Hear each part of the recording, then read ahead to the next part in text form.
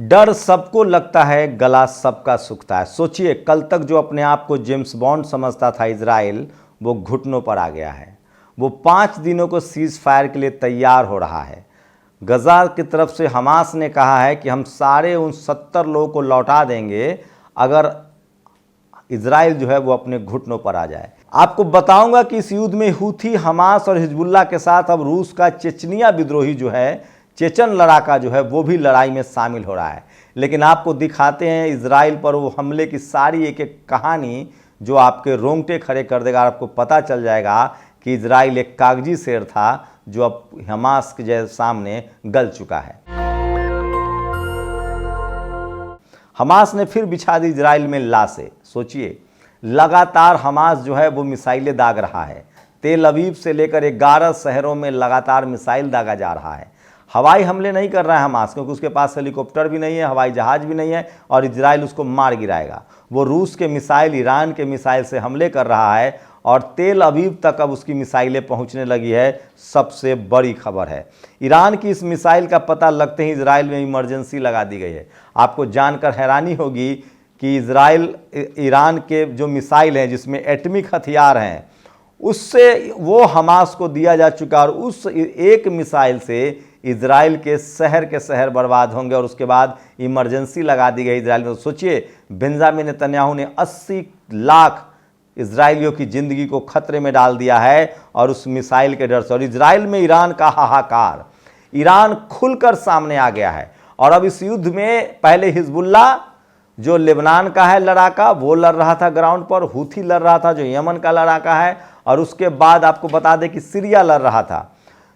Muslim country में, gulf country में सबसे हथियार वाला, एटमिक हथियार वाला ताकतवर देश है तो ईरान है, और वो अब सुलेमानी का बदला लेना चाहता है, इजराइल से भी और अमेरिका से भी। इजराइल में ईरान का हाहाकार है और वो मिसाइल जो है वो हाथ लग चुका है हमास के पास, और यमन की मिसाइल से इजराइल तबाह हो रहा है। और सोचिए किस तरह से यमन इजराइल पर हमले कर रहा है, ईरान हमले कर रहा है, सीरिया हमले कर रहा है, लेबनान हमले कर रहा है, हिजबुल्लाह हमला कर रहा है। तो इस सारे, और ईरान के 48 घंटे वाला युद्ध शुरू हो गया। 80 अड्डों पर गिरी 200 मिसाइलें। सोचिए, इजराइल के 80 अड्डों पर 200 मिसाइल दागे गए और अब चेचनिया भी लड़ाका शामिल हो रहा है और अब छटपटा रहा है इजराइल, और वो 5 दिनों के सीज फायर करने की बात को मान रहा है। कल तक कह रहा था, सोचिए जब ये युद्ध 7 अक्टूबर को शुरू हुआ था तो कैसे इजराइल का जो राजदूत है भारत में, वो कह रहा था कि हमने किसी से मदद नहीं मांगी है, हमें किसी की मदद नहीं चाहिए, हम लड़ने में सक्षम हैं। और अब इजराइल घुटनों पर है और अमेरिका ने साथ छोड़ दिया है। और सबसे बड़ी खबर बता रहा हूं, इजराइल को झटका, अल शिफा में हमास का सेंटर नहीं था और गजा में 24 घंटे में 9 सैनिक और 22 टैंकों को गिरा, तबाह कर दिया गया। तो 3000 से ज़्यादा इजरायली सैनिकों को मार गिराया गया है, 5000 से ज़्यादा इजरायली सैनिकों को बंधक बना लिया है, और इजराइल वर्सेज ईरान अब लगभग तय हो चुका है। और हमास ने एक बटन दबा कर दी हजारों इजरायली सैनिकों की मौत। तो सोचिए किस तरह से हमास के जाल में ये फंस गए हैं ये लोग, और इजरायली सैनिकों को मौत के घाट उतारा जा रहा है। हवाई हमले में तो ये जीत रहे थे, लेकिन अब वो टनल में है हमास और ये फंस गए हैं। नेतन्याहू का इजराइल में विरोध, इस्तीफे की मांग। सोचिए, रवीश कुमार की अपडेट है और हमास ने जो कहा कर दिखाया, 3000 इजरायली फौजों को मार गिराया। आज 15 नवंबर, 20 बड़ी खबरों में देखिए। सोचिए 15 नवंबर की एक खबर है, इजराइल से 20 बड़ी जुड़ी खबरें बता रहा हूं। गाजा में चमत्कार हो रहा है, खाने और पानी की बारिश हो रही है। तो खाना भी दुनिया भर से मदद मिल रहा है, वहाँ खुद बारिश हो रही है। और मुस्लिम, सोचिए, तो इस तरह से सबसे बड़ी खबर है जो आपको बता रहा हूँ।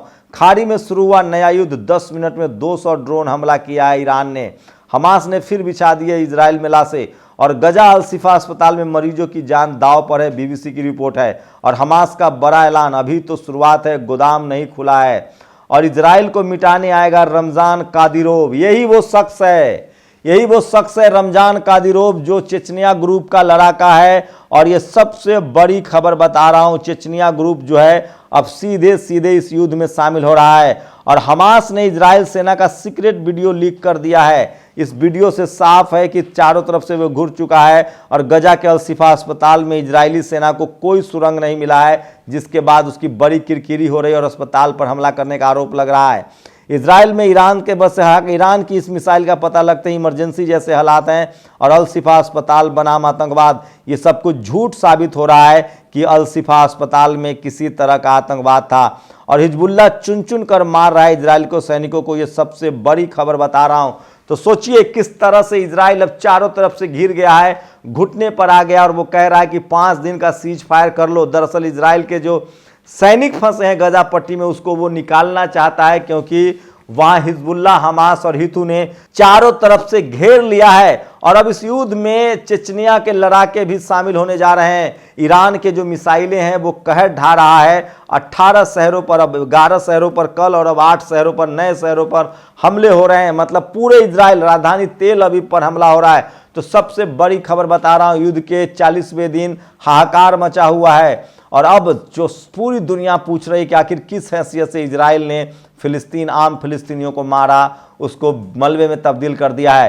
तो सबसे बड़ा अपडेट बता रहा हूं, चेचनिया ग्रुप इस लड़ाके में शामिल होगा और अब इजराइल जो है वो सीज फायर चाहता है 5 दिनों का, क्योंकि उसके जवान जो है वो गजा में फंस चुके हैं। 3000 जवान मारे जा चुके हैं, उसके दर्जनों सैकड़ों टैंक उड़ा दिए गए हैं और हमास, हिजबुल्लाह और हुथी ने उसके सेना को घेर लिया है और ईरान के मिसाइल जो है वो अब इजराइल में गिर रहे हैं। खाड़ी देशों ने अमेरिका के दबाव डाला, अमेरिका ने इजराइल का साथ छोड़ दिया है, लेकिन रूस सीधे सीधे इस युद्ध में अब कूद गया है और चेचनिया के लड़ाके जो है इस युद्ध में लड़ सकते हैं। तो सबसे बड़ा अपडेट बता रहा हूं कि 5 दिनों की बातचीत चल रही है, 5 दिनों की सीज फायर की बात चल रही है और कहा जा रहा है कि 70 से ज़्यादा जो बंधक है उसको हमास लौटा देगा। लेकिन सवाल है कि सीज फायर हमास मानेगा कि नहीं मानेगा, ईरान मानेगा कि नहीं, हिजबुल्लाह मानेगा कि नहीं, यमन मानेगा कि नहीं, क्योंकि ये युद्ध अभी फिलिस्तीन और इजराइल के बीच नहीं रह गया है। ये युद्ध ईरान, फिलिस्तीन, यमन, सीरिया और पूरा खाड़ी देश ने अपने प्रतिष्ठा के विषय से जोड़ लिया है और अब बेंजामिन नेतन्याहू की जो फौज है वो गजा पट्टी में फंस गई है। वहीं चेचनिया के लड़ाके आ गए हैं।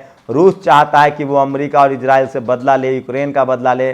चीन खाड़ी देशों के साथ संबंध बढ़ाना चाहता है। तो सबसे बड़ी खबर बता रहा हूं कि 5 दिनों के सीज फायर की बात तो चल रही है, लेकिन सवाल है कि इजराइल अब फंस चुका है और जहां इजरायली सैनिक मारे जा रहे हैं गाजा पट्टी में, वहीं इजराइल के शहरों पर बमबारी हो रही है, मिसाइलें दागी जा रही है और अब तो राजधानी तेल अवीव पर भी ईरान जो है वो मिसाइल दाग रहा है। देखते हैं सीज फायर होता है कि नहीं। जैसे भी कोई अपडेट आएगी हम सबसे पहले आप तक पहुंचाएंगे, लेकिन ये बात तय है कि अब इजराइल जो है वो घुटनों पर आ चुका है। जो कल तक कहता था कि कोई सीज फायर नहीं, कोई समझौता नहीं, फिलिस्तीन पर कब्जा करेंगे, वो अपना इजराइल बचाने में परेशान हो रहा है, इजराइल बचाने में उसके पसीने छूट रहे हैं। और मैं फिर कह रहा हूं, देर सवेर अब दुनिया जान चुकी है कि आतंकवाद का अड्डा फिलिस्तीन नहीं इजराइल है और इजराइल को फिलिस्तीन की 1-1 इंच ज़मीन जो है वो लौटानी पड़ेगी। तो ये आज तक की सबसे बड़ी अपडेट थी। अपनी प्रतिक्रिया जरूर दीजिए। शुक्रिया। नेशनल दस्तक की आपसे गुजारिश है कि अगर इसको बचाना चाहते हैं तो नेशनल दस्तक को सब्सक्राइब करने के लिए रेड कलर के सब्सक्राइब बटन को दबाएं, फिर बेल आइकन की घंटी दबाएं। नेशनल दस्तक को बचाने के लिए बहुत जरूरी है कि हर खबर को शेयर करें, लाइक करें, कमेंट जरूर करें।